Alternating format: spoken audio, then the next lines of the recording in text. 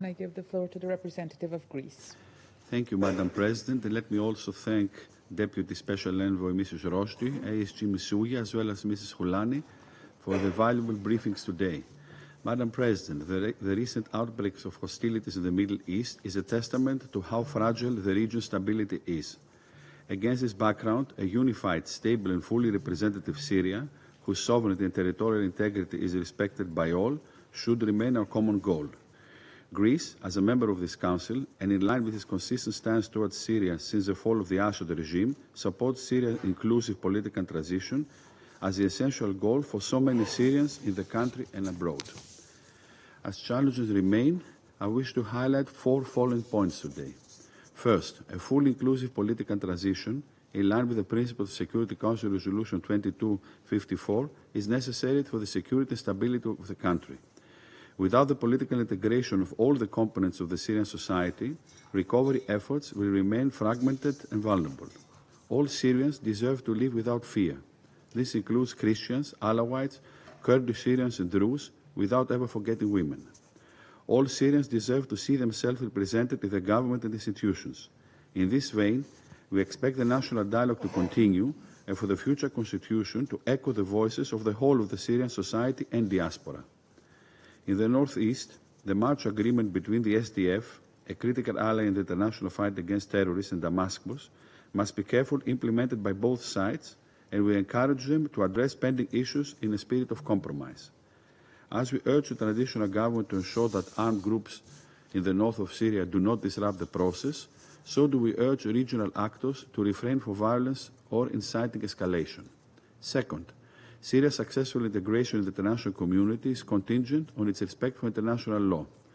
For Syria to find its footing and recover, it is imperative that it fully adheres to the global rules. This involves founding its relations with other states on the basis of international law, including the United Nations Convention on the Law of the Sea, which constitutes customary international law. Syria has to demonstrate that it respects the sovereign rights of neighboring countries, both on land and at sea. Third, Greece will assist in alleviating the humanitarian situation in the country and will contribute effectively to its reconstruction and economic reconstitution.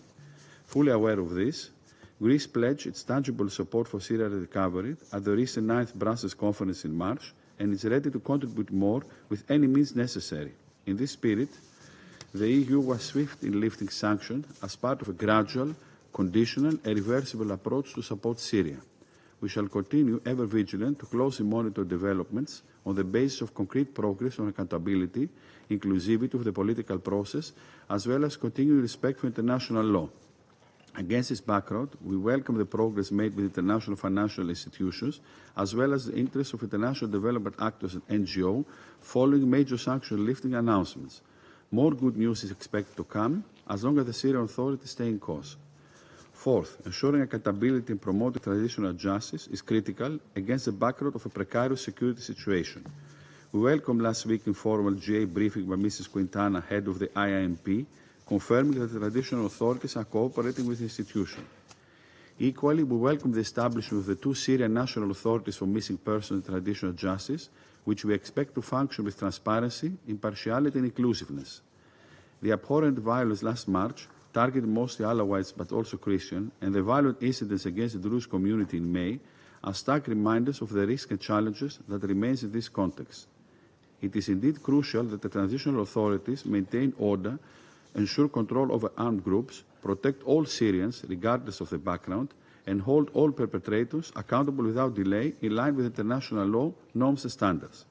Greece calls for a swift, transparent, credible and impartial investigation by the investigative committee and for the relevant UN mechanism to be also allowed to investigate these crimes. Last but not least, the security landscape poses several challenges. A sustainable solution to the issue of foreign fighters and the integration of all armed groups into national security forces is a prerequisite for internal security and political stability. Ensuring that all terrorist and violent extremist elements are excluded as part of the wider and robust security sector reform effort is essential. Madam President, in closing, let me stress that Syria has an historic opportunity to achieve progress and prosperity by becoming a factor of stability for the wider region and an example of successful reconstruction after years of devastation and tyranny. Historically tied with the Syrian people, Greece wholeheartedly supports this vision, to which the UN system is of paramount importance. I thank you. I thank the representative of Greece for his statement.